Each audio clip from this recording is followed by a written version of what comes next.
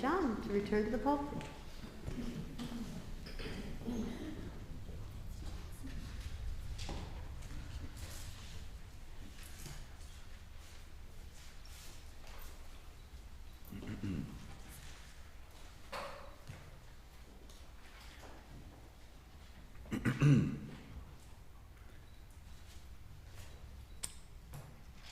I turned 45 this last week. And thank you. You know, it turns out every part of my body is getting older, except my bladder, which is getting younger. It's like a puppy. It barks in the middle of the night. I have to get up, let it out, go back to bed. And then I lie there trying to get back to sleep, and it turns out the harder you push for sleep, the farther away it gets. And I've got this dark cloud of anxiety that just floats above my face. Like my resume is less impressive than it was 20 years ago. I should have signed my kids up for karate class. I should have become friends with the rich kids in college, because now they've inherited the earth. And lately I've been thinking, all of these anxieties, really, it's just one anxiety. And it tries on different masks until it scares me. And then I get so caught up in that anxiety that I can't get back to sleep. And then the next day I wake up feeling empty and incapable. It's a shape-shifting anxiety that produces this self-fulfilling prophecy of doom.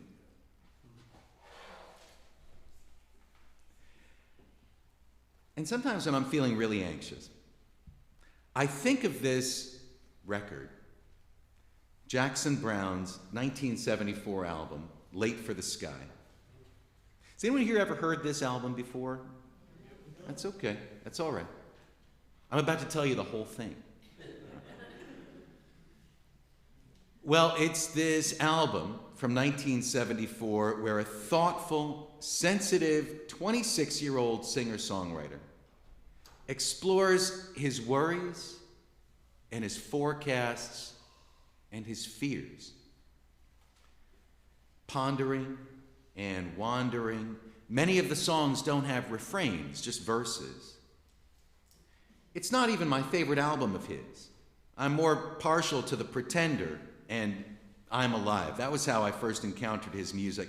As a 14-year-old in 1993, I saw an advertisement with a photograph of this handsome guy who looks kind of like my dad, emerging from water, and the ad announced an album called I'm Alive. And I blinked at it and I wondered, did people think you were dead? I've never even heard of you. And the next day on my walk home from school, I stopped by at the thrift store and I found a Jackson Browne record for $1. And I heard his song Disco Apocalypse, which was nothing like anything else he ever did. And then I went on to accumulate all of his albums, one thrift store dollar at a time.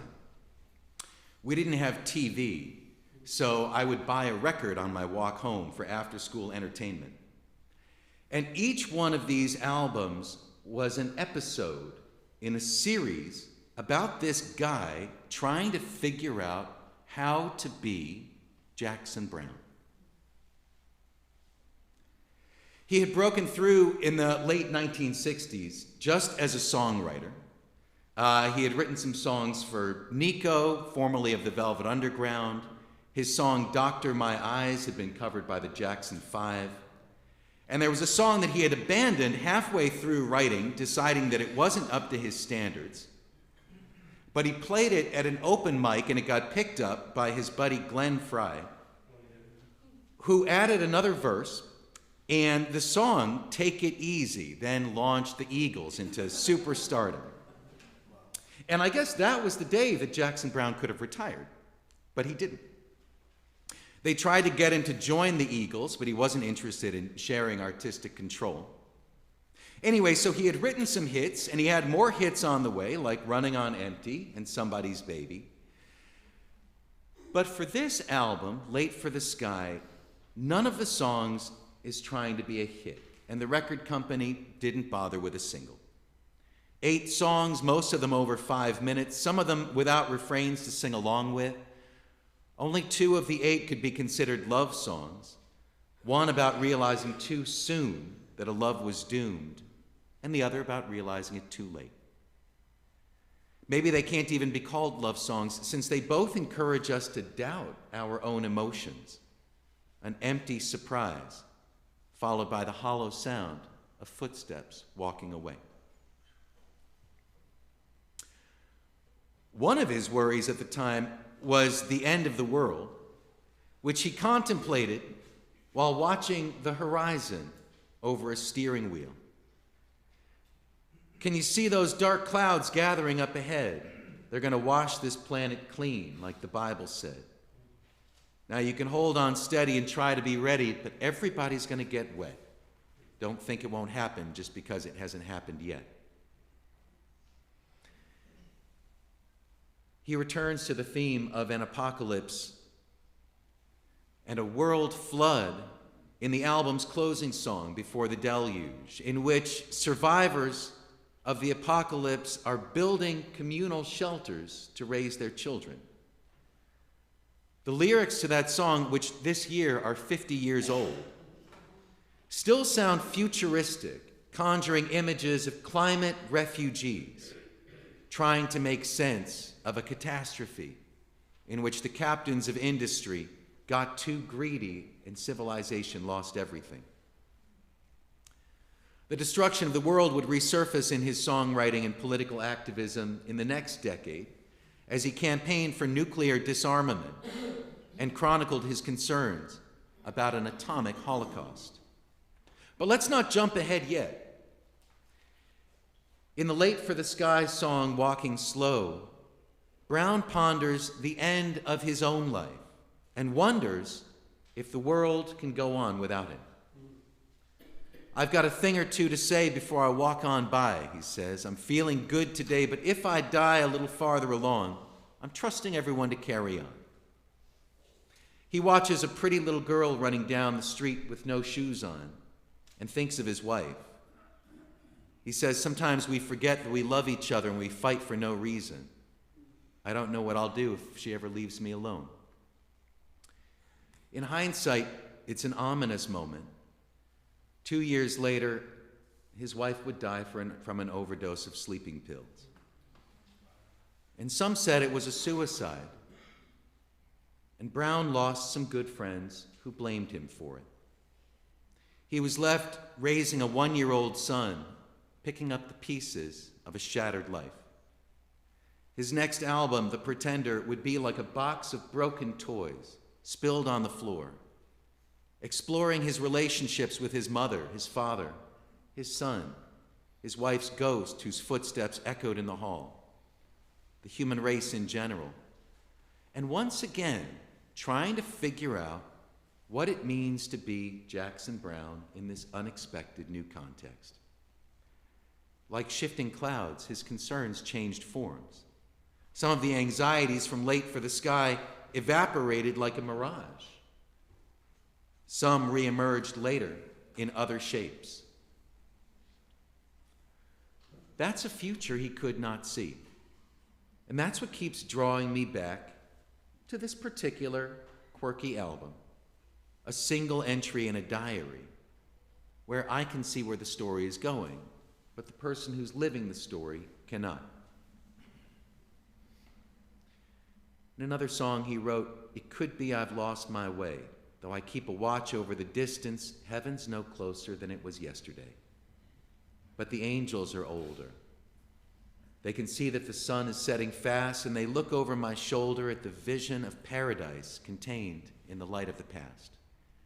They lay down behind me to sleep beside the road till the morning has come, where they know they will find me with my maps and my faith in the distance, moving farther on." In the album Late for the Sky, The troubadour is in motion.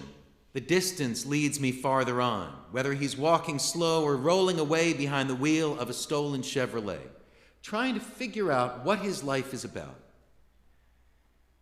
In his next album, The Pretender, he's sitting down by the highway, watching cars flash by as others search for meaning and justification.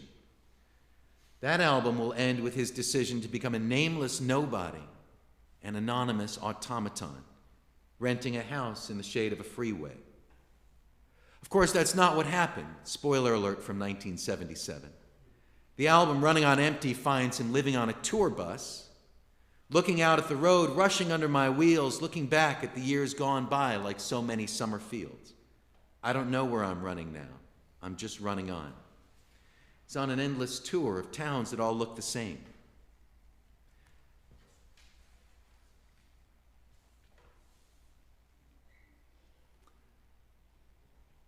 I should switch pictures. For those of you who are interested, I am assembling the Jackson Browne calendar. Because he's such a good-looking guy. Like, I would look at him every month. I wouldn't hang the calendar in our kitchen where my wife can see it, but, you know. But then again, like, if I'm hiding it in my room, then what is she going to think? I think about Jackson Browne a lot. Maybe not as much as he does, but a lot. I do have a slight personal connection with him. Elizabeth has a friend whose friend once interviewed Jackson Browne. And approaching the dressing room, the journalist was stopped at the door by an assistant whose job it was to say, "Remember, don't touch his hair." And she thought, why would I touch his hair? But then during the interview, he kept pulling back uncomfortably.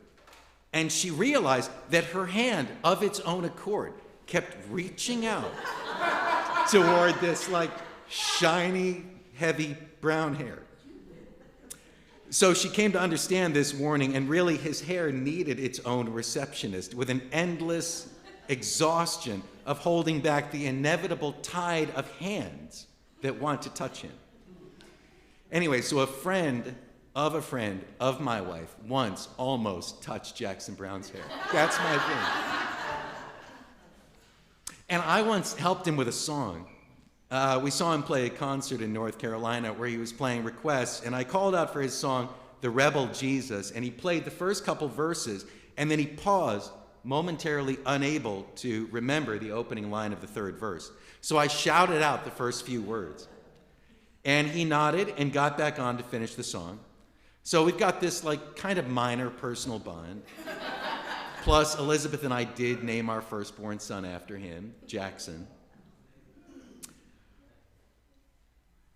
Writing late for the sky, 26-year-old Jackson Browne was really worried about his own mortality. He's still alive 50 years later, at 74. He worried that he might witness an apocalyptic global flood in his lifetime. He still might, but it hasn't happened yet. And he worried that if his consciousness disappeared in death, all of reality might blink out of existence. We still don't know if the whole universe exists only in relation to Jackson Browne, and I don't look forward to when we find out. The opening stanza of the album is, "Now the words had all been spoken, but somehow the feeling still wasn't right. And still we continued on through the night, tracing our steps from the beginning until they vanished into the air, trying to understand how our lives had led us there. Once upon a time, this world-weary 20-something felt that everything there was to say had already been said. Looming in the future were devastating tragedies and also some triumphs. Sometimes I wake up with a panic attack, with this phantasmic mobile of anxiety swirling above my head.